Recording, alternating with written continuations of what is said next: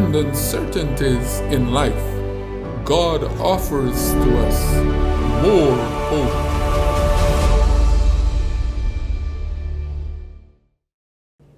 Welcome, my friends, to this new series, More Hope 2. This is an experience for you that I know you will enjoy. This Bible study is going to teach us about friendship and fellowship.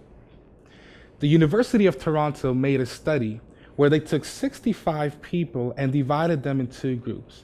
The first group was put into a room, and the experience that they had with the other group is that they were not accepted by this group. The other group had a different experience. They were accepted and embraced. They were asked during the investigation to have a sense of the temperature of the room. Those who were not accepted felt the room was cold, but those who felt accepted felt the room was very hot. This shows that being accepted or having a friend, someone you can talk to, is very important in life. Today, as you look into your Bibles, you will learn what friendship is all about and also what fellowship is all about. I hope you do enjoy this Bible study, and I hope you can learn to be a better friend and also be able to socialize more with other folks. Please, as we go into this new Bible study with your leader, let us enjoy what the Word has to say for us. God bless.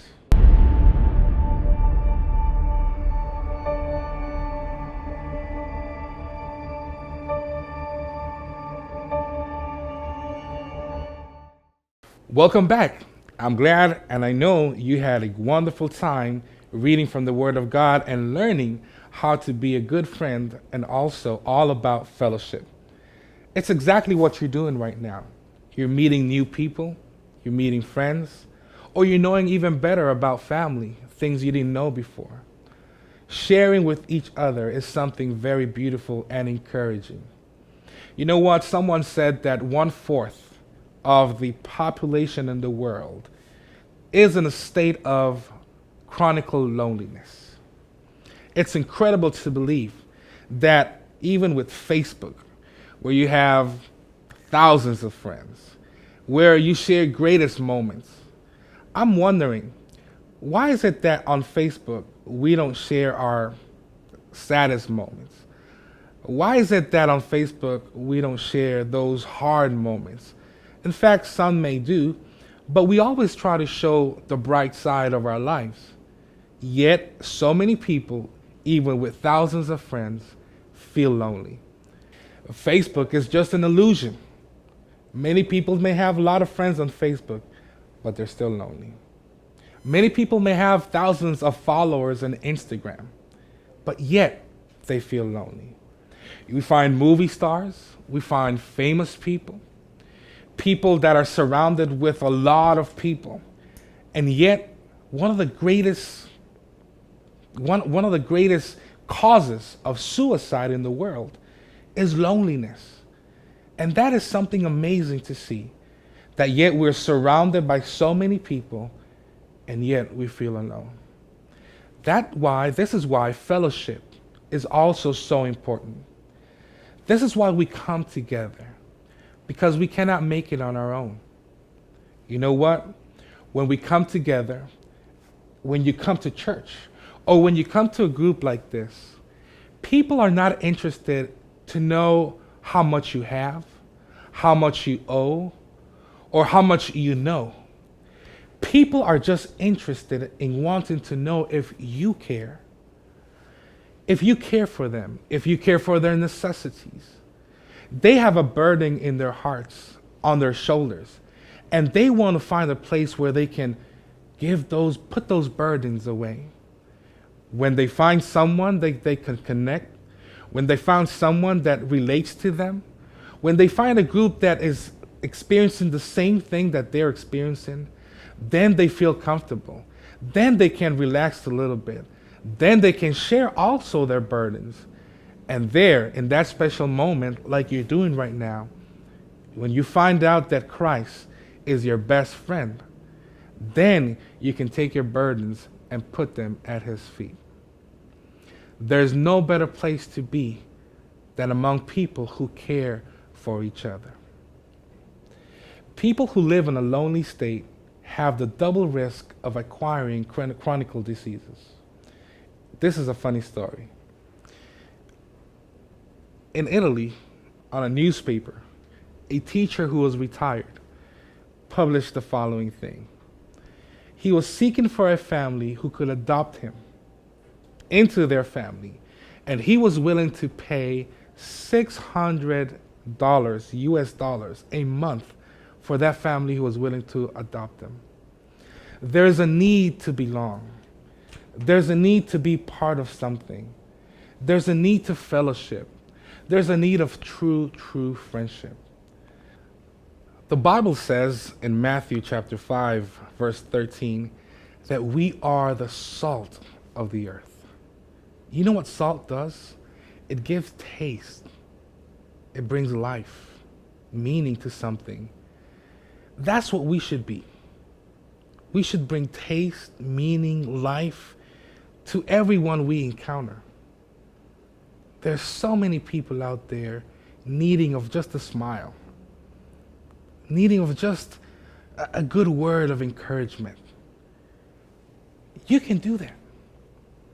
You can be that person. When we look at our society today, when we look at our young people, so many of them, like we said before, taking their lives away because they feel like no one cares for them.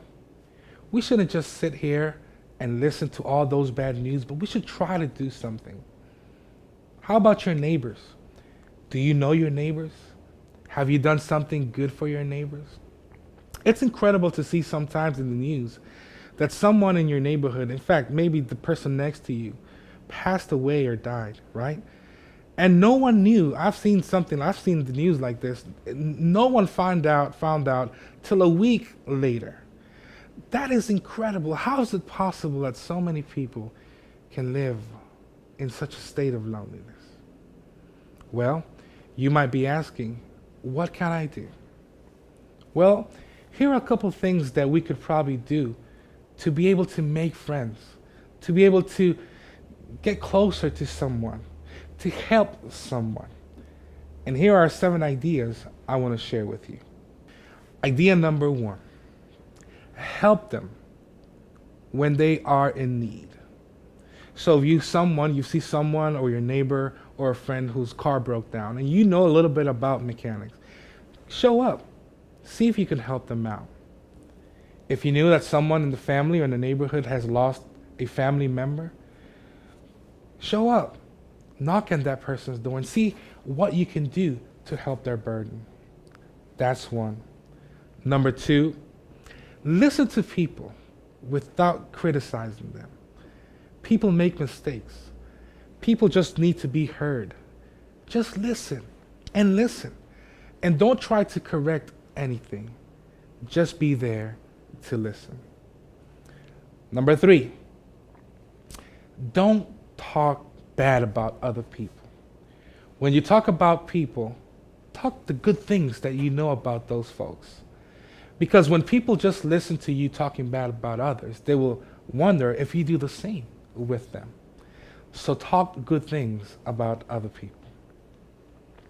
Number 4, share quality time with people or with friends or with family without trying to get something back. In other words, if you're going to be there because you want to be there, not because you're trying to get something out of the people or somebody. Point number 5, share those special moments that they have. Maybe someone graduated. Maybe they got a new degree. They bought a new home. Something special. Share with them those special moments. Idea number 6, talk about the things that they like. It's not always about what you like.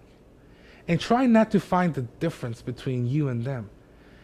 If you find a common ground where both of you like to share those same things, spend time with those things. And don't try to, like I said, point out the differences between you and them. Idea number 7, Even though when you try to reach out to them and they show that they're not interested, still be kind, do good, and you will see that you're going to be able to make a lot of friends. And people are going to notice that you really, really care for them. You know what? When we look at the reality of this world, like I said before, we really need true friends. There is someone who is your best friend. There is someone who will never, never, never let you go. You probably have not seen Jesus as your best friend. Maybe you haven't taken the time to know him. But let me tell you something. He's the only person who knows you from the first to the last of your days. He knows what you like. He knows what you dislike. He knows your interests. He knows your special moments in life. In fact, he knows your saddest moments in life. The best thing you can do today is to make of Jesus your best friend. The second best thing you can do today is find a common place where you can come together with people just like you're doing right now, in a small group.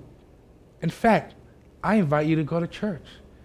When you go to church, you will find that church is a place where people come together, listen to this, not because they're perfect, but in fact because they need of each other.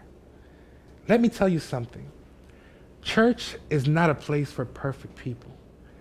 Church is a place for broken people. Church is a place where you will find Jesus. And in church, you'll be able to fellowship with people who are seeking the same thing you're seeking for. We're not here to find out how much we have, what we know, like I was saying before. We are here because we want to be happy, because we want to feel that we belong. Jesus, oh my friend, Jesus is the only one who can understand you, who will carry you through, and who will make of you a best friend. And with that, you'll be able to be a good friend for others. And you'll be able to be happy, surrounded by people who are happy. And those moments when you're sad, you will find people who will care for you. As we look today, as you find a friend, and as you try to be a good friend, and as we fellowship together, let us do it with the intention that one day we all, as friends and families, will make it to heaven. So as we fellowship together, let us keep the desire in our hearts to be better friends, to stick together, to make sure that we care for each other, the same way that God cares for you, that you may be able to care for your neighbor, for your family, and for your friends. I hope to see you one day with the King of Kings and Lord of Lords, with our best friend, who is Jesus Christ. God bless you, my friend.